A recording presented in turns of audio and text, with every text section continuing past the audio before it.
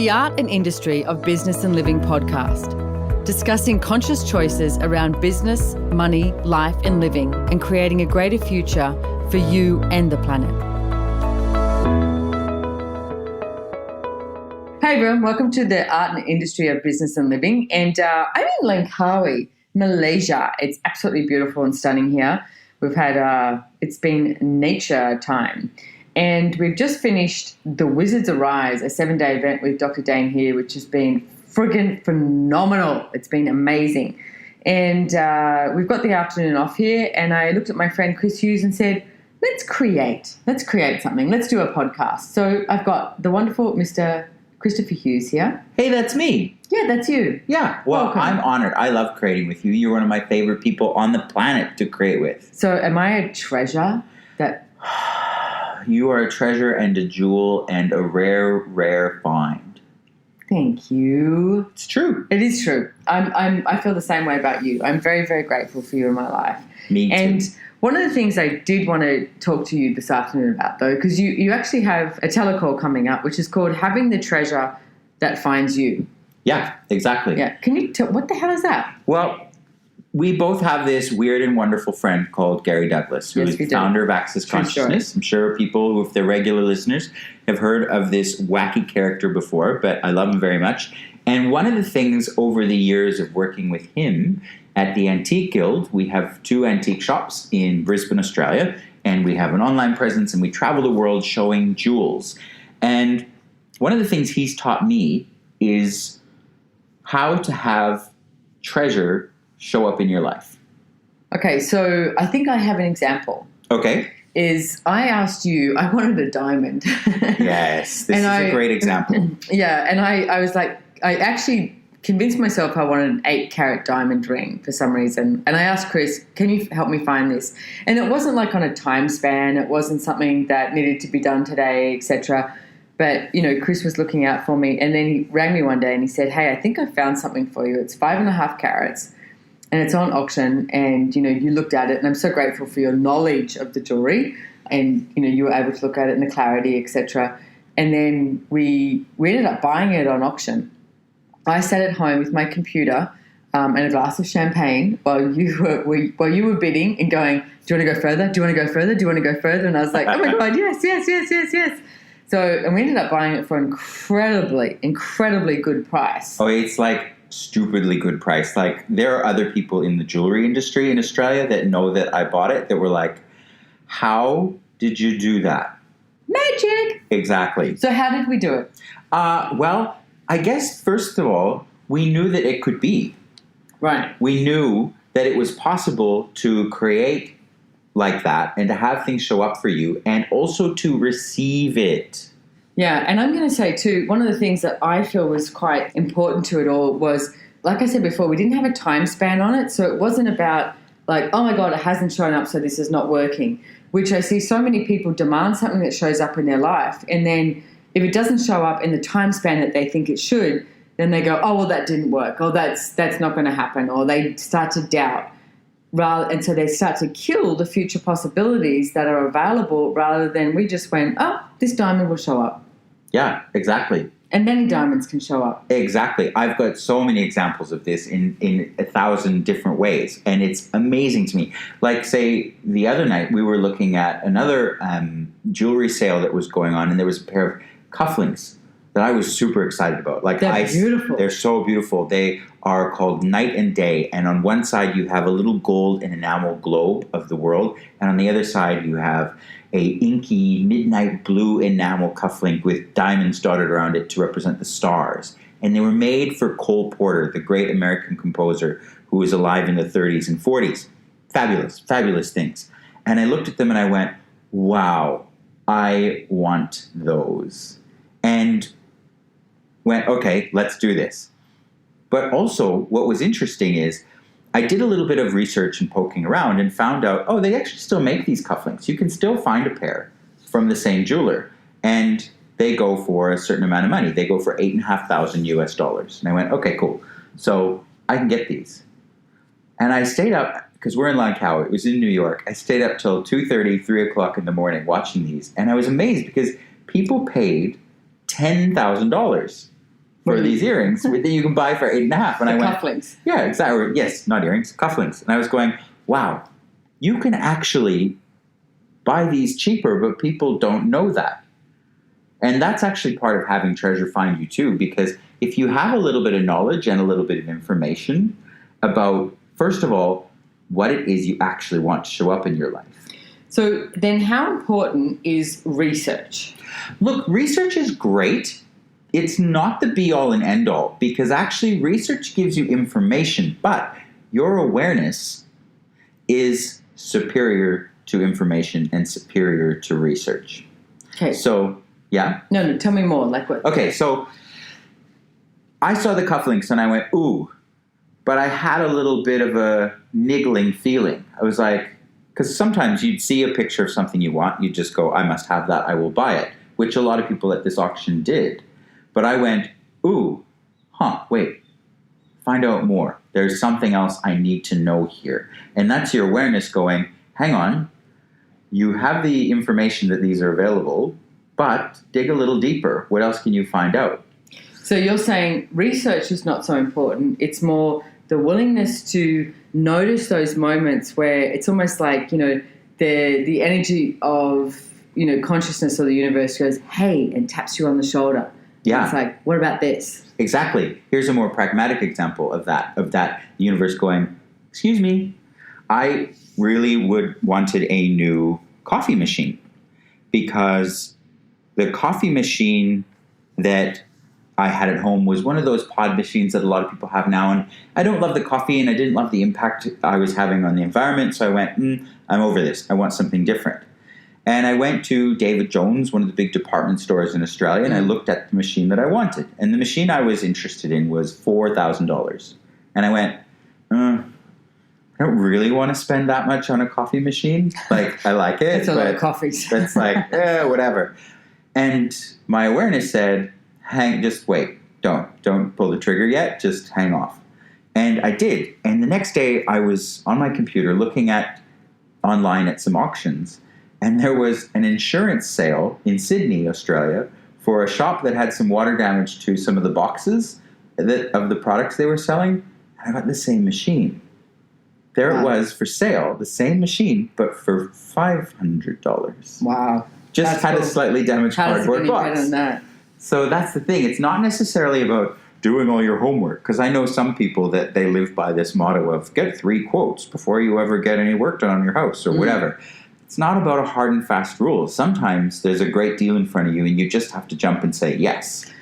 What tools would you say are available for people to start to actually have a look at the energy if that's a possibility? Because I know a lot of people would sort of go, oh, yeah, that would never happen for me.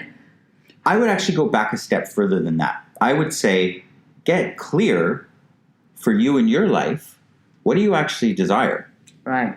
What do you actually want to have in your life? What is it you'd like to have? Like you with the diamond ring. You were going, I want a stone like this. But can I say, I wasn't also, like if one didn't show up, I was fine. Or I wasn't like, the time thing was so prevalent for me, because if it showed up in 1 year, 5 years, 10 years, it was like, okay, I'm asking for it to show up. But it didn't mean that it made how my life was. I was just like, that would be fun. I was literally like, that would be fun to have an 8-carat diamond ring. And it's not 8 carat, it's 5.5. And so I didn't go, oh, I'm not looking for another diamond ring, but I was like, far out, that's big. That's really big on my hand already. And I have big hands. So, and I was like, 5.5 works, Well, if you want to know some tidbits and facts, only 1 diamond in 1,000 is bigger than 1 carat. So as you go up the size scale, once you get to 5.5 carats for a stone like yours, there's not a whole lot of them out there like that. Oh, I love my ring. So beautiful. It's gorgeous. I thoroughly enjoy wearing it. And I think that's also, when you're asking for treasures to show up in your life, it's like, what if it's about the joy of it? What if it's about, something that contributes to your life? Like even if I think of the house that I live in at the moment, I wasn't looking for a house to buy.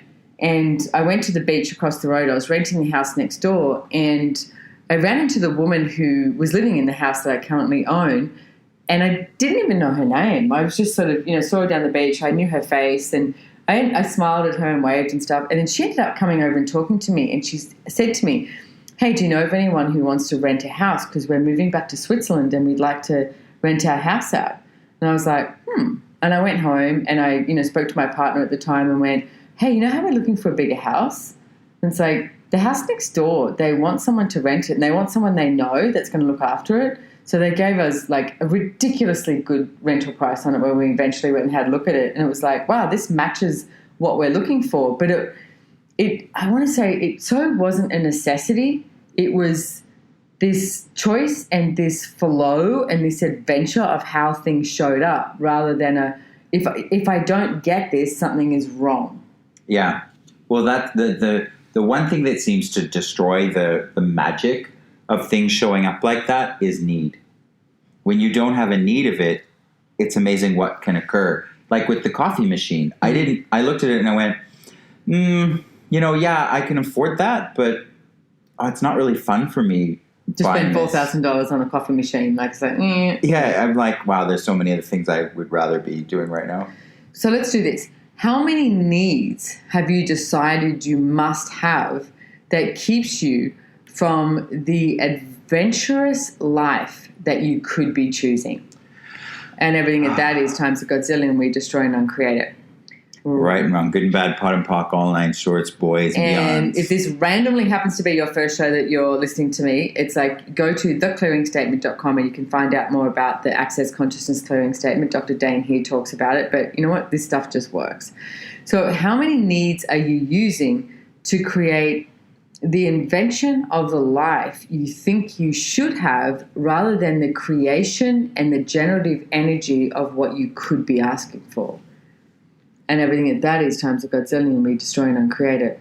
Right and wrong, good and bad, pot and pock, all nine shorts, boys. So really beyonds. What you're talking about too, with treasure, there is no need. No, absolutely not. No need at all. I'll give you another example, because the examples, like you mentioned the word treasure and people get excited. And well, it's like you feel like a pirate. Yeah, exactly. But also, there is an adventure for a pirate in finding the treasure. You got to find the map and follow the map to X marks the spot. So how much is it about the adventure of finding it rather than actually receiving of the treasure too? Well, for some people, that is it. I know lots of people who the joy is finding and buying, and then once they have it, they go, whatever. I've got a painting hanging in my living room that I love. I love it so much. It's a beautiful oil painting of one of the harbors in Sydney. And it actually came on the market because a big antique collector in Brisbane, Australia, where I live, he was deciding he was over antiques and had an auction in his home. But it was very strange the way he went about it, and he hired a real estate auctioneer to sell it all for him, and the prices he wanted were weird. And I saw this painting and I said, look, I don't want to be a jerk, and please don't take offense to this, but this painting you want $3,000 for, I really feel like it's actually worth about $700. And he said, you're a jerk, go away. I went, okay, fine. And left it at that. And went, okay, wow, what would it take for a painting like that to show up in my life? And then I was looking through an auction in Melbourne, Australia. There was the painting. He didn't sell any of the things that he wanted to sell, and then he paid to ship it all down to Melbourne from Brisbane. And the auctioneer put their estimates on the things, which were a little more reasonable. And I bought the painting for $700, which is what I offered him. So how much do people destroy treasure showing up in their life based on linearity? Exactly. Yeah. Yeah. Linearity and their decision that things have got to look and be a certain way. Can you talk a little bit more about that and how people can... Let's talk about that and how some of the tools, like some really simple, short tools that if someone's listening to this and they go, damn, that's me, how can they start to change that? Well, get over your point of view, because it's your point of view about anything that creates your reality. Like, say, for example, I facilitate classes around the world, just like you, with Access Consciousness. And the main thing that I facilitate on quite often is these seminars called Right Voice for You. And I have a team of people that work for me. And for a while, my classes were like not growing, and I was doing these things to promote them, making videos, et cetera, and they weren't going anywhere. And I had a conversation with a friend of mine, and he said, well, what's your point of view about your classes? And I said that I'm not doing enough. And he said, well, if you have the point of view that you're not doing enough, can you ever do enough? I went, oh. As soon as I got over my point of view there, I went, And my classes started to grow because I no longer had the point of view that I wasn't doing enough. So you have to look, what is your point of view about what can and cannot show up in your life? Yeah, and how much does that limit you? Because as you're talking with that too, what I'm hearing as well is the amount of people who, including myself, and I know you've done it as well, is, to me, if you don't insert joy into it, it just makes it so friggin' heavy. Rather than the joy, and literally like happiness is just a choice. If you wake up and choose to be happy and don't try and get things right or wrong, like there's a different possibility available. Yeah, exactly. And be willing to listen. You have to be willing to listen to the universe because it will send you signals to allow you to have what you're asking for from the universe. Which is funny because we were even, like I just said, we finished the 7-day event, we were down at there's a big public pool here at the resort we're staying at, and there's lots of people there. And I looked at Chris and I said, do you want to do this podcast? And to me, we have the, quote unquote, afternoon off, whatever that means. And I went, I want to create something. Yeah. Like I want to, like that matched the energy. Like I'm happy to go swim and have a drink and whatever, but I want to include something that's about creation. Because for me, that brings me so much joy. It's like what we create now, it's like creates like a future that matches the energy of what it is that I'm asking for. Yeah. And that dictates the choices that you'll be drawn to make. Because the choices that you make create the energy that allows you to actually institute and actualize that future that you're asking for. So even when we talk about the treasure, and when you say treasure, I always think about, the pirate, Yeah. It's like, but in truth, it's also can be a place of like the commitment to your life. Because to me, doing this podcast sitting here, it's like, it's a commitment to my life and what I want to create. And that's the treasure that shows up. Yeah. Well, treasure, it's so awesome that you mentioned that, because the one thing I like to talk to people about too is what's treasure for me and what's treasure for you are so different. But you're my treasure. Oh, gosh. No, but like say in our shops in Australia, the team of staff that we had and the balance of their skills and abilities and what was missing in terms of that team of people. And I was like, wow, we really need somebody who is a little more of a people person connector who can sell. We've got someone who's great at online, et cetera, but this not just cute men. No, not just cute men. You did go through a stage of just hiring cute men. Yeah. Can we talk about that? Yeah, I did. And then I realized, they're cute, but don't really want to create much. So I hired this person who came along, and she has been a dynamic gift. She is a treasure in my life for what she contributes to the business. And she showed up because I looked at what I required and desired to have for the business and went, okay, what would it take for somebody to show up that had these skills and abilities that I'm looking for my business? And boom, there she was. Now, her resume didn't say, I have these skills and abilities that match what you're asking for. But there was just an energy about her. And it actually took us 2 or 3 months of ping pong back and forth with emails to find a time where I was in the country where we could meet. And once it occurred, it was like, wow, she's such a dynamic gift in the business to customers and the rest of the staff. It's been amazing, the gift that it's been. So people can ask for treasures to show up in every single area of their life. Yeah, absolutely. And having the treasures find them. Mm-hmm. Yeah. Okay. It doesn't have to be hard work. You don't have to go out to make it happen. So can you give maybe a couple of really pragmatic tools or questions that people can ask that invites them to have those treasures show up without having to be hard work? Yeah, 3 easy steps. You ready? Yep, ready. First, get clear on what it is you want. And it doesn't have to be like a shopping list, but get clear on the energy of what you would like to have show up as your life and the different kind of things you want. And it can be like I wanted a particular kind of diamond too, and that showed up for me. So get clear on that. What is it for you? No right or wrong. What do you really want? You can have anything. There's this great movie, Auntie Mame. Yeah. And in it she says, The universe is a banquet. And people are starving to death. I love that, yeah. So get clear. What do you really want? And then B, second thing. So hang on. Yeah. So get clear on what you want, but this is to do with business, your life, relationships, sex. Your finances. Bodies, finances. Yeah. Kids, everything. Yeah. Get clear on what it is you want. Like, don't be fucking wishy-washy about it. Yeah. Like, how many times have you been out looking for an apartment or a new house? And if you know what it is you're after, the universe can provide it so much easier. I remember many years ago when I was looking at a house in Brisbane, Australia, and I had just started using the tools of Access Consciousness, and I found this house, and I was like, oh my God, this is the perfect house. This is great. I so want to live here. And my friend and I put in, to get this house, and we didn't get it.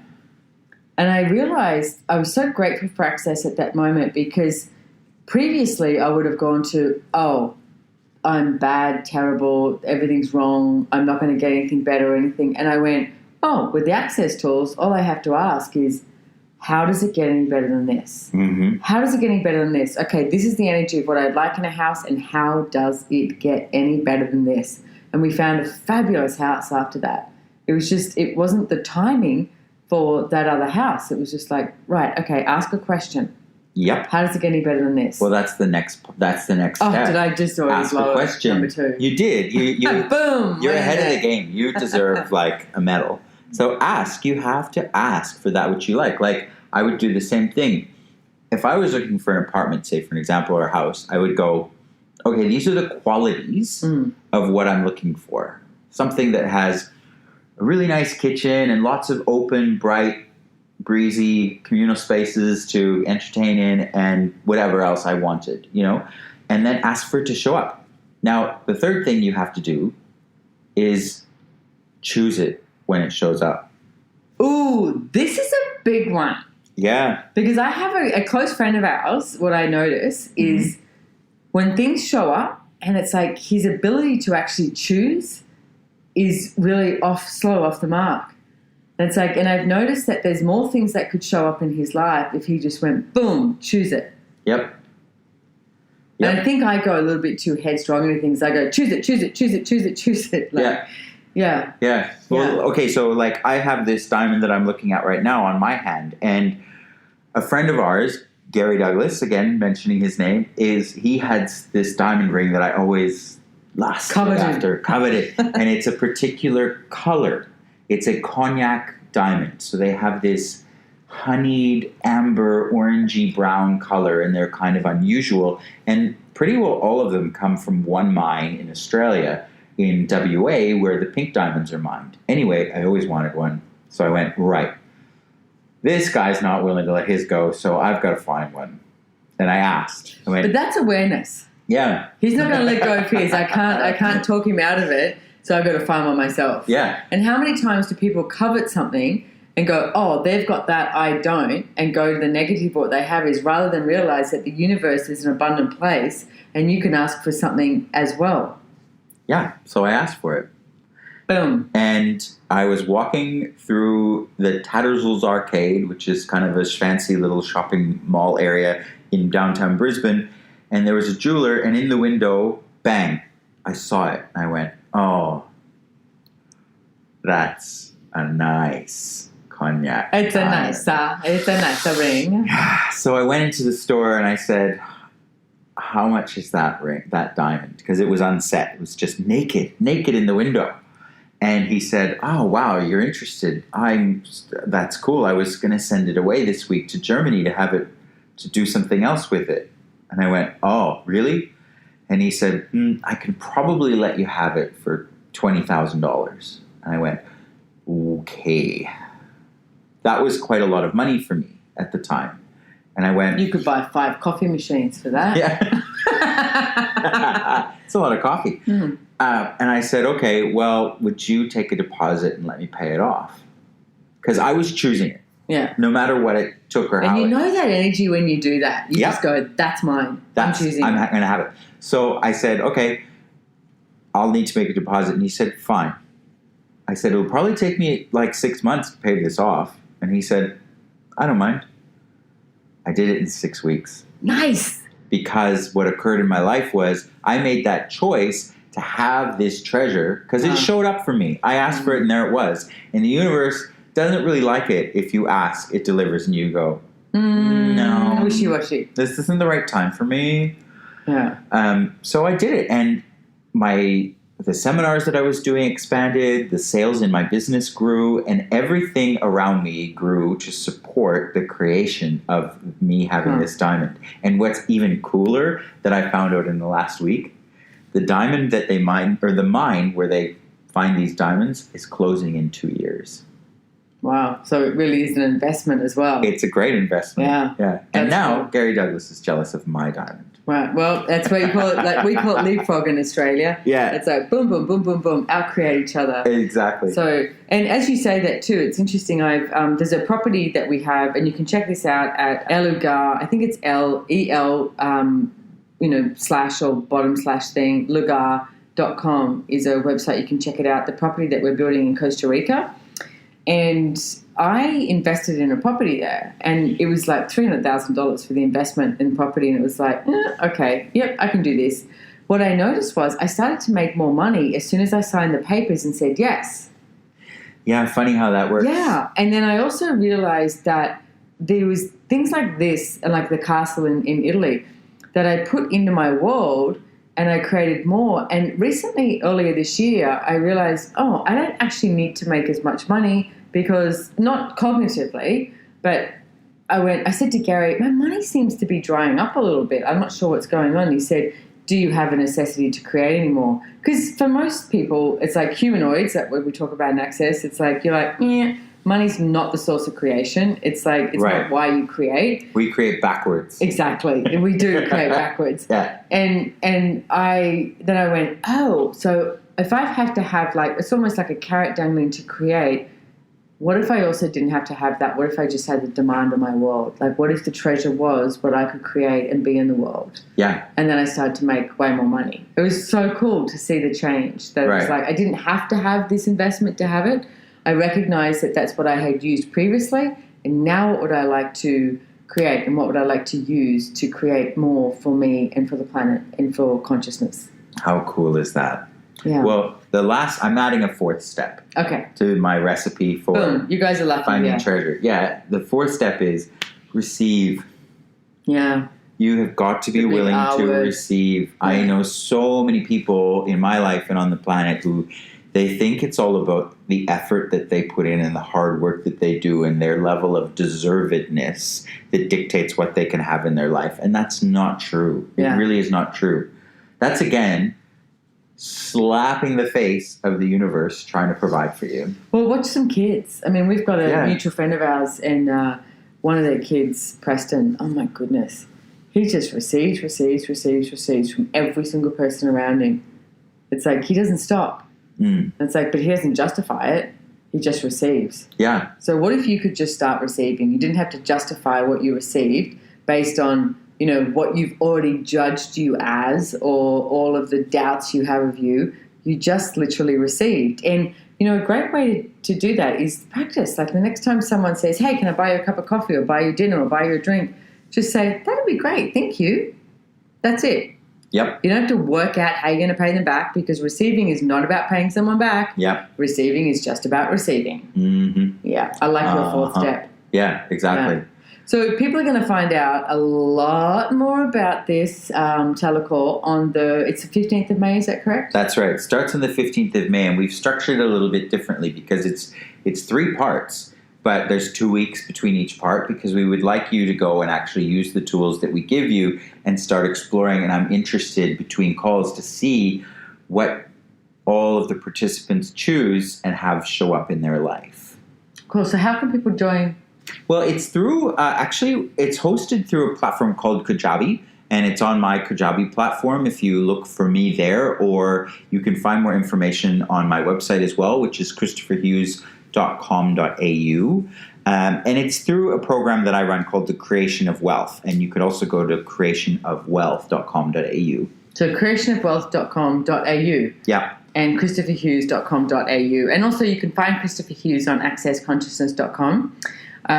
You can also, of course, find me at SimoneMilasas.com. And if you guys enjoyed this, please 5-star rate it, share it with your friends, etc. Because my demand really is to get, more tools and more the energy of an invitation to create a different world out there to every single person, the billions of people on this planet. It's like, what if they could all know that something else was possible? So I ask for your help and your support in doing that and being that. And she'll receive it. I will receive it. Yep. Yeah. So, Chris, is there anything else you want to leave the listeners with? No, I just want to say thank you for having me on. It's so cool. And if you have any interest in joining us, I would welcome you there because I'll receive that too. It's in like 1 week and 1 day. Exactly. Yeah. Cool. Thank you so much for joining us, everyone. Thank you, Mr. Christopher Hughes. You are my regular guest on here, and I adore you for that. And it's an honor. Thank you. Bye, everyone. Bye.